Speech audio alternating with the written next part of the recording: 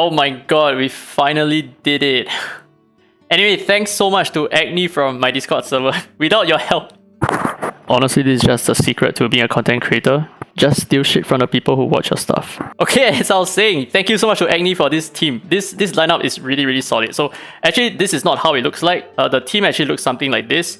But I do realize that it actually makes more sense to move your seer debuffers away, because if they land a seer on the second boss, that actually screws up your run. So this lineup is more for consistency, or at least like it's easier for you to achieve a 20 floor clear using this particular lineup. Because do take note that the assists from Alice would always prioritize the Espers who are towards the left, and the least priority goes to the Espers on the right, which are my two S1 seer debuffers. So Leora has a seer on her first skill, and Gaius also has a seer on his first skill. Okay, so I'm going to go through all the relics real quick. So Ashley, she just needs to be really slow because I use her this way for Chronos as well. And she's only here because of her Rainbow Bridge for more extra damage. Alice does not need to be super fast. She can just be like the fastest on this lineup, and that's about it. She can have as low as 273 speed and it's still going to work. And now Lin Xiao, okay, so there's a special way for you to build Lin Xiao, and the way is to give her very little crit damage so that she don't do too much damage. Her objective here is to land a lot of defense breaks, and that's about it. That's why I gave her like a lot of accuracy. And I know 80% is supposed to be like the soft cap, but I think, I don't know man, like some voodoo shit happening over here. I feel like 80% is not enough. So 96% or at best 100%. And the reason why I have the shield relics on her is so that this would trigger Alice to always give my team attack buffs at the start, right? Very important stuff. And then next we have the Trowel Leora here. She's obviously the Trowel, you're gonna have the same stats as me. And Gaius, he just needs to have a lot of offensive power. He don't need to be R2. Like R0 is perfectly fine. It doesn't matter at all.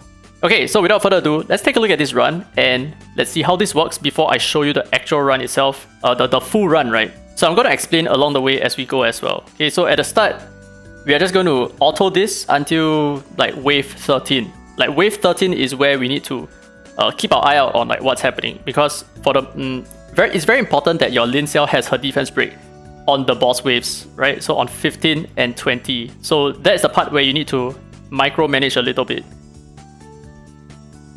And maybe some extra advice for some of you guys, right? It might be a little bit better for your turn limit if you target wind type Espers. You just target them, because that's gonna trigger you have a double hit on your third skill on your Leora, right?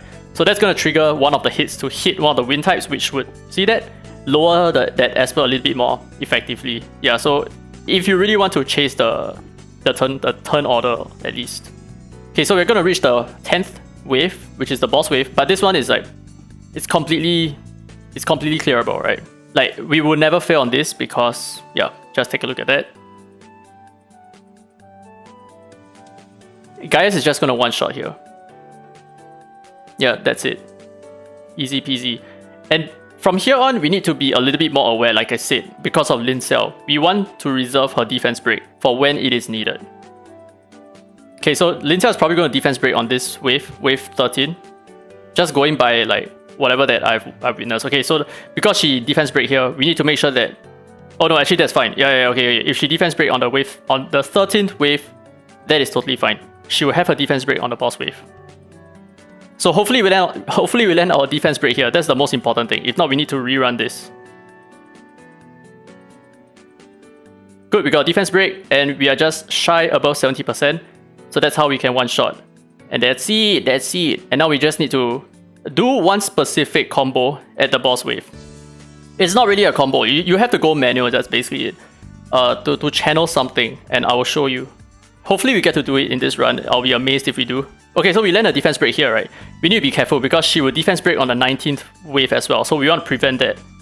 So we actually have to go manual on the 19th wave to make sure that Lin Xiao does not use her third skill. Okay, so now that we're on the 19th wave, we are going to wait until Leora uses her skill, off auto, use Lin Xiao's second skill, run back auto, Gaius nuke, turn off auto. And now in the now in the boss wave, right? We are running short on time. Now in the boss wave, we need to use our normal attacks on Leora for the seer debuff. The seer debuff here. We got a seer. Defense break. Nice, got defense break. And this is how we one shot. Wow, holy shit. I can't believe I did it on the video itself. That was the point of like attaching the perfect run when I did a better score as well. What the shit? I can't believe I explained it as I went along as well. So here are the stats, right? So Leora is just like one-shotting everything, basically. So I hope you kind of understand the little trick at the end, right? So control Leora to land the Seer, because that gives you extra 25% damage output. And then Lin Xiao needs to defense break, and Gaia's just one-shots afterwards. So that is that.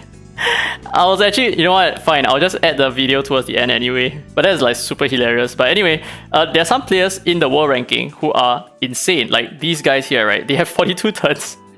What the hell are they feeding their Espers? I mean, like, really? Okay, but there's obviously some strategy that I'm not aware of.